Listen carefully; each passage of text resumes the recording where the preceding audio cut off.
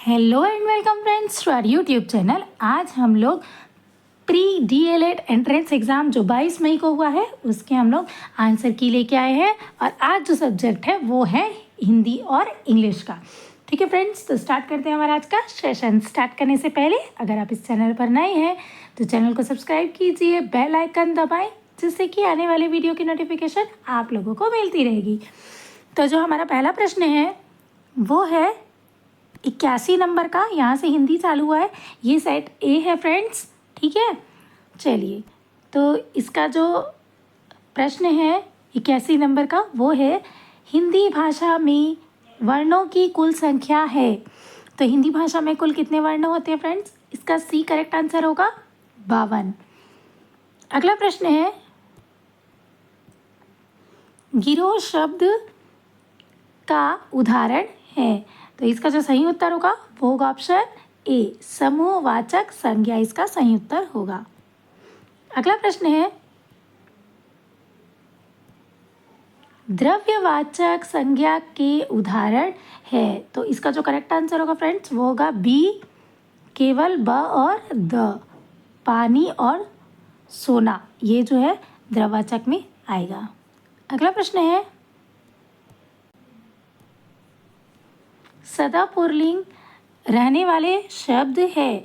तो इसका जो सही उत्तर होगा फ्रेंड्स वो होगा ऑप्शन ए, केवल अ और ब, सोमवार और नींबू इसका करेक्ट आंसर होगा।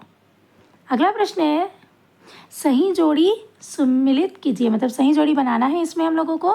कॉलम 1 और कॉलम 2 दिया हुआ है, तो इसका जो सही उत्तर होगा वो होगा ऑप्शन सी, ए का 2, बी का 3, सी का 4 और डी का 1, ये सही उत्तर होगा। अगला प्रश्न है किसी पात्र के संवाद लेखन में निम्न विराम चिन्हों का सही क्रम होगा। तो इसका जो सही उत्तर होगा वो होगा option A B C D, ये जो है वही आएंगे। अगला जो प्रश्न है वो है कथन और कारण का। ठीक है फ्रेंड्स, तो इसमें कथन दिया हुआ है तत्सम संस्कृत के वे शुद्ध शब्द हैं जिन्हें हिंदी में मूल रूप में स्वीकार किया है। और कारण दिया हुआ है तत्सम का शाब्दिक अर्थ ही है अनेक समान या ज्यों का त्यों, ये इसका कारण दिया हुआ है। तो इसका जो सही उत्तर होगा फ्रेंड्स वो होगा ऑप्शन ए, कथन और कारण दोनों सही है तथा कारण कथन की सही व्याख्या है, ये ए जो है वो सही उत्तर होगा।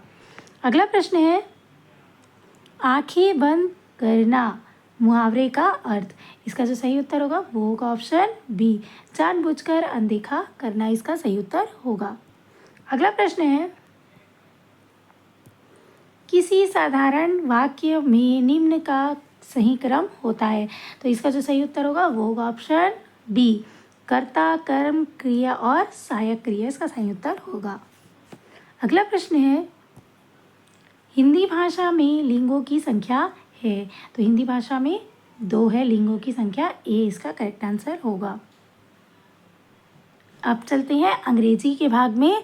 ठीक है फ्रेंड्स, तो जो पहला प्रश्न है वो है डायरेक्शन में दिया हुआ है कि choose the correct one which best expresses the meaning of the following word. और वर्ड दिया हुआ है प्रिडिक्ट। तो प्रिडिक्ट का जो बेस्ट एक्सप्रेस कर सकता है, जो बेस्ट तरीके से बता सकता है वो है ऑप्शन बी, फोरटेल इसका करेक्ट आंसर होगा। अगला प्रश्न है identify the sentences in which preposition are correctly use. इसमें कौन से ऐसे सेंटेंसेस हैं जिसमें प्रेपोजिशन का सही तरीके से उपयोग किया गया है, ये हमको बताना है। तो इसका जो सही उत्तर होगा वो होगा ऑप्शन ए, के एंड एल ओनली, ये दोनों में ही सिर्फ प्रेपोजिशन का करेक्ट यूज हुआ है, बाकी में नहीं हुआ है। चलते हैं अगले प्रश्न पर। अगला प्रश्न है find out the correctly spelled word. इसमें से जो कौन सा है स्पेलिंग जिसका सही है। तो इसका करेक्ट आंसर होगा डी, अरेंजमेंट, ये जो स्पेलिंग है वो सही है। चलते हैं अगले प्रश्न पर। अगला प्रश्न है choose the word opposite in the meaning to the given word. Fraternity दिया हुआ है, इसका अपोजिट बताना है, तो इसका जो करेक्ट आंसर होगा वो होगा ऑप्शन बी, हॉस्टिलिटी इसका करेक्ट आंसर होगा। चलते हैं अगले प्रश्न पर। यहाँ पर जो क्वेश्चन दिया हुआ है ये रीअरेंज करने के लिए दिया हुआ है।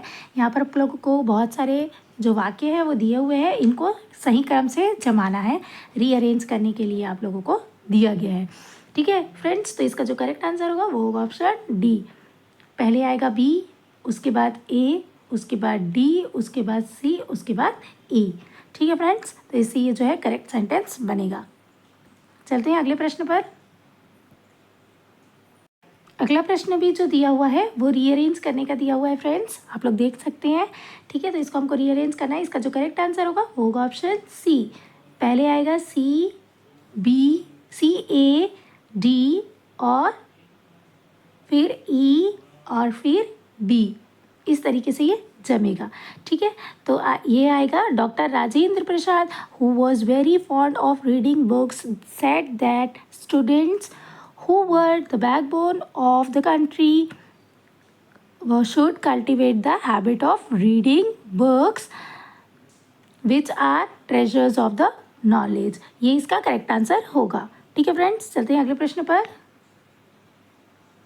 अगला प्रश्न जो दिया हुआ है वो मैच करने का दिया हुआ है, मिलान करने का। तो इसका जो सही उत्तर होगा वो होगा ऑप्शन ए का 2, बी का बी का 1 और सी का 4 और डी का 3, ये इसका करेक्ट आंसर होगा।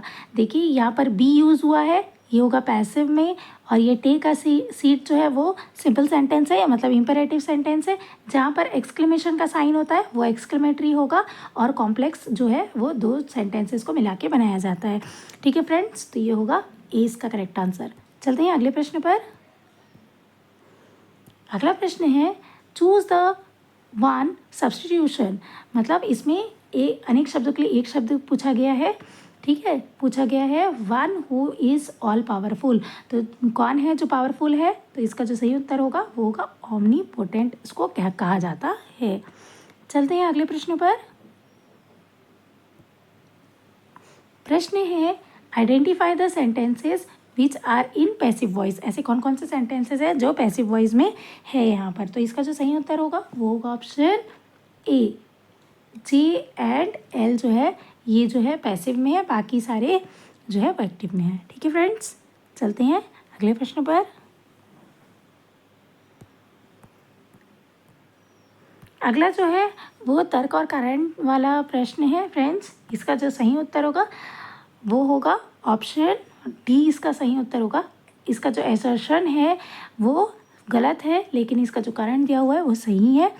ठीक है, यहाँ पर बोला गया है a complex sentence always contain at least 2 independent clauses join by a coordinating, तो ये जो है ये गलत है।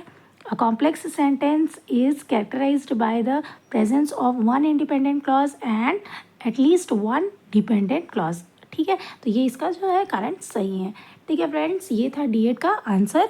और भी हम वीडियोस लेके आएंगे, B.Ed का भी मैं हिंदी और इंग्लिश का भी लेके आऊँगी फ्रेंड्स। अगर आप लोगों को मैच करना होगा तो आप वीडियो पर बने रहेंगे और बेल आइकन दबाएंगे, सब्सक्राइब कर लेंगे चैनल को, जिससे कि आने वाले वीडियो की नोटिफिकेशन आप लोगों को मिलती रहेगी। ठीक है फ्रेंड्स, थैंक्स फॉर वॉचिंग।